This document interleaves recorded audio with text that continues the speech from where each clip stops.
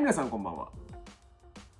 ニヤニヤチャンネル、ニヤニーでございます。本日はですね、サムネの通りなんですけれども、今後ストーリー内で出てきそうなワンダーライドブックを考えてみました。そしたらですね、面白いことを発見しましたので、ぜひ最後までご覧ください。あと、チャンネル登録まだの方は、ぜひこの機会にチャンネル登録しておいてください。高評価とコメントも残していっていただけると、かなり励みになります。ということで、今後どんなワンダーライドブックが、出てくるのか気になったので、ネットで童話スペース一覧という形で調べたところ、こんなね、ページが出てきたんですね。で、今回はこの一覧の中から考えていきたいなと思います。まず、この画像の中にもうすでに出てきているライドブックはこうやってね、赤線で消させていただきました。そうすると、人気の童話と世界の童話、イソップ童話、アンデルセン童話、グリム童話、この5つのジャンルから絞って考えていきたいなと思うんですけれども、この人気の童話の中でモチーフとされているワンダーライドブックは数個もう商品化されてるんですけれども、ストーリーに関わってきてないんですよ。桃太郎とか一寸法師とかなんですけど、未だストーリーには出てきていないということもあるので、このジャンル、ここの人気童話のジャンルは一旦今回は省きました。結構ね、該当するものが多かったので、どんどん削っていこうかなと思っております。そしてこの今まで登場してきた、モチーフとなった物語は超有名な物語だったので、さらに絞って僕が知っている、聞いたことがある、物語に絞りました。その12個がこちらです。北風と太陽、王様の耳はロバの耳、マッチ売りの少女、人魚姫、親指姫、赤い靴、シンデレラ、白雪姫、赤ずきんちゃん、星の銀貨、長靴を履いた猫、眠り姫のこの12タイトルが僕が知っていた、聞いたことがあったお話となっております。で、ここの白雪姫に関してなんですけど、これはイエティメギドに変身した人が白雪さんだったんですよ。で、この白雪と白雪っていうのが若干もじっているので、白雪姫はここで一旦除外させてもらっております。で、先ほどね、見てもらったこの12タイトルの画像があると思うんですけど、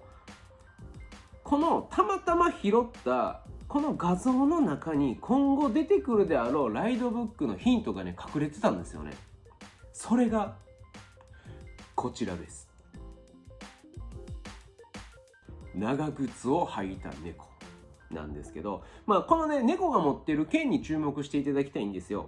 19章に出てきた円状に出てきた一つの影になっている剣と同じ形状の剣を持ってるんですよ。これはたまたまこの作品の猫が使っているのかなと思ったんですけど、結構ね、その長靴を履いた猫っていろんな、絵本であったり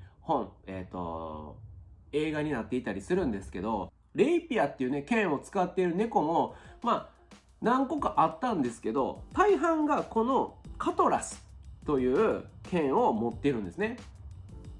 だから最初僕ね、この剣のイメージって言ったらワンピースが好きなので、ワンピースでシャンクスであったりとかが持ってる剣の形状と同じなんですよ。なので海賊系のライドブックかなと思ったんですけど、パイレーツ・オブ・カリビアン的な物語系のライドブックと思ったんですけど、この画像を見つけた瞬間、僕はもう長靴を履いた猫がモチーフのライドブックが出てくるのと、それをモチーフにした仮面ライダーが出てくるんじゃないかなと思いました。でもこれはレイカが変身するのであれば使うライドブックじゃないと思うんですよ。この後の話は寝台レイカが変身すると仮定した上でのお話になります。で、レイカが使えそうなライドブックは名前にね、花って入っているので、花に関するライドブックか女性が主役の物語ちゃうかなと思ってるんですけど、この11個の中で言ったら、マッチ売りの少女、人魚姫、親指姫、シンデレラ、眠り姫が候補に上がるんですけども、どれもねパッとしないんですよ。なんか花でもないし、女性やけど、花でもないかな、赤ずきんちゃんは花を摘んでなんやしておばあさんのとこ行ってみたいな話もあったと思うんですけど、なんかそんなに花って主張されてないと思うんですよ。でシンデレラと人魚姫と眠り姫からヒントを得て、ちょっとねこの3つ共通してディズニーアニメなんですね。なのでディズニーアニメも調べてみたらぴったりすぎるものを一つだけ発見したんですよ。それが美女と野獣。この作品にも原作があるようで、1740年に出版された美女と野獣がそれに当たるそうです。美女と野獣にはバラも登場する、花が登場するんですね。結構ここも重要な、アイテムとしてバラが登場するんですね。で花のこのモチーフとも一致するし、そもそもレイカ自身がめちゃくちゃ美女なんですよね。でもどこかこう冷酷で怖いイメージもあったりするんですよ。なので僕が予想するレイカが使うライドブックの名前なんですけど、美女で野獣っていうライドブックが出てくるんじゃないかなと思っております。で美女か野獣でもいいと思ったんですけど、この美女か野獣っていうのが2003年のフジテレビ系のドラマでタイトルとして使われているので、ここでかぶせてくるといろいろなね問題が出てくると思うんで、美女か野獣はないんじゃないかなと思ったんで、美女で野獣というタイトルで来るんちゃうかなと予想しました。ということでですね、今回のこのお話はどうでしたでしょうか。かなりね調べててずっとね鳥肌ものだったので、これを聞いてうわーと思ってくれた人がいてくれれば嬉しいなと思っております。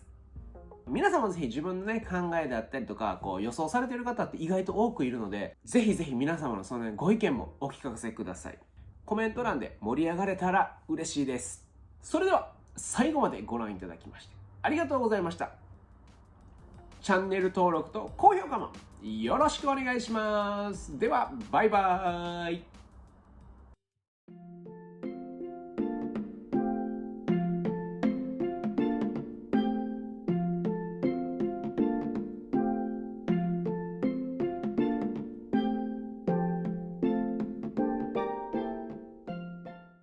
今日もご覧いただきありがとうございました。他にもおすすめの動画がたくさんございます。こちらの3つおすすめの動画となっておりますので、ぜひご覧ください。そして何回も言いますが、チャンネル登録もぜひまだの方はよろしくお願いします。ではまた次回。